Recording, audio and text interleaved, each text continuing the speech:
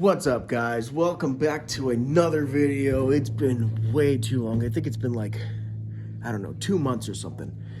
I don't remember. I don't recall. But anyways, I'm going to get to taking the dang transmission off because we've gotten a lot of snow melt here.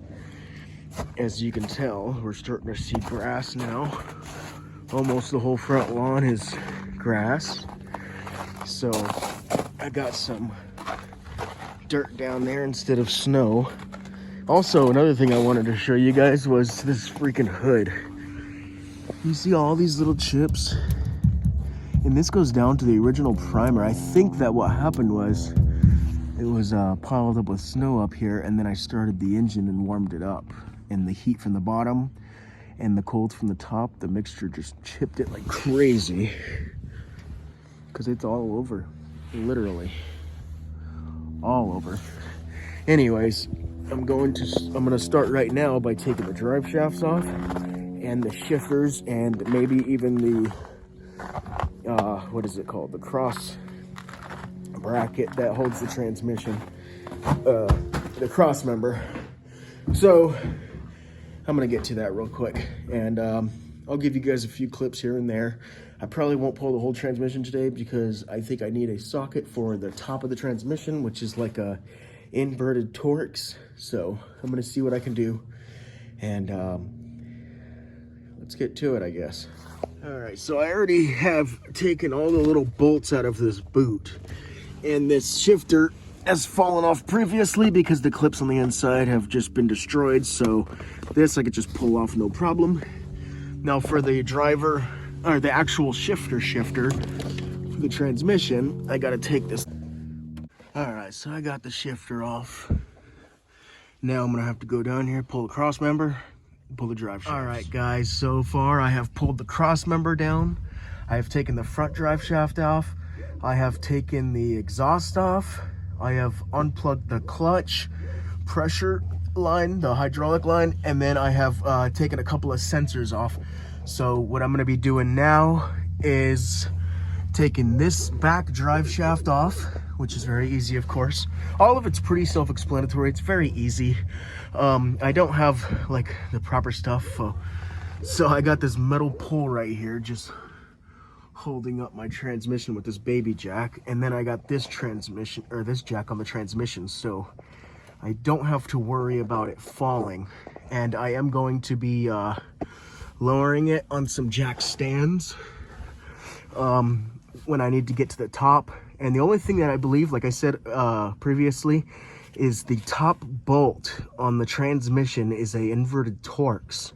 So if I end up getting that out, I'm probably just gonna leave it out because it's a small bolt anyway. It's pretty small. It's not like the bigger ones down here.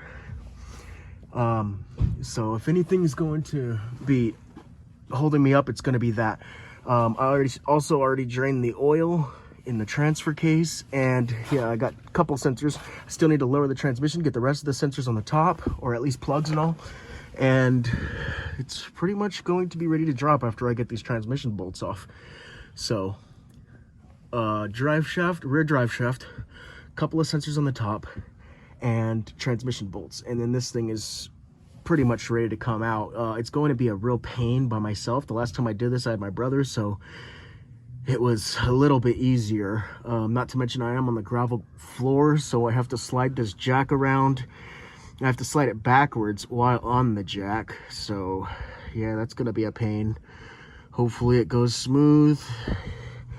And I gotta make sure that these damn U-joint caps don't come off the bearings, because that's a pain. All the needles go everywhere, and you know, it's better off to just buy a new one when that happens, because you don't want any gunk in your needle bearings. Anyways, this is a quick little update, and I'm gonna pull this drive shaft and stuff and then lower it, and then I'll give you guys another update. All right, guys, I just got this. This is the one I'm talking about. It's like an inverted Torx. You can tell it's a little rounded off. There's two of them on the top of the transmission. These are the ones I thought were gonna give me a problem. I just threw a 10mm socket onto it, and this one gave me a little bit of trouble, but the other one came right out. but I am going to leave these out because I feel like these are very prone to stripping, and that's probably the worst spot to get a stripped bolt, is the very, very top of the transmission. You really can't get grinders or anything in there, so I am gonna leave these out. You know, if I have problems in the future, then I'll address it then. Maybe I'll just switch these out with some actual hex bolts instead of this crap. But I got both of them out. I took the rear drive shaft out. I took the harness off, which is right here. The whole harness off of the transmission. And one thing I forgot to mention on the last update was the starter. So right now, all I have to do is take off the starter and then all these transmission bolts, and this sucker is gonna plop right out. It did not take long. I was just relaxing, listening to music while doing it. It was probably like a total of like 20-30 minutes so far. Very easy, because, you know, I've already taken this off once, and I didn't have to run into any major problems like rusted bolts or anything like that, which, as you could tell on your cross member right here, these are very, very prone to breaking on the inside of the frame. And that is a pain in the butt, I'll tell you what. I had 2 of them on that side that did the same thing, but I welded some nuts into the frame and they seem to be holding up so far. But I am just about done. I just got to pull the starter off after I disconnect the battery. And you do want to do that because if it arcs on the frame, it will create a giant spark. I also pulled this little sensor up here off, which is bolted in. I forgot what it was. It was like 210s or whatever, 11 maybe. Pulled that guy off. He's just gonna dangle there. That should be fine. But yeah, everything is off. Just got to get the starter, and then I got like 3 or 4 bolts down here, and then I can pop it out. So the next update, I should have this thing laying on the ground, and my slave cylinder should be replaced. I will definitely record that so I can show you guys what's up with that. And until the other update.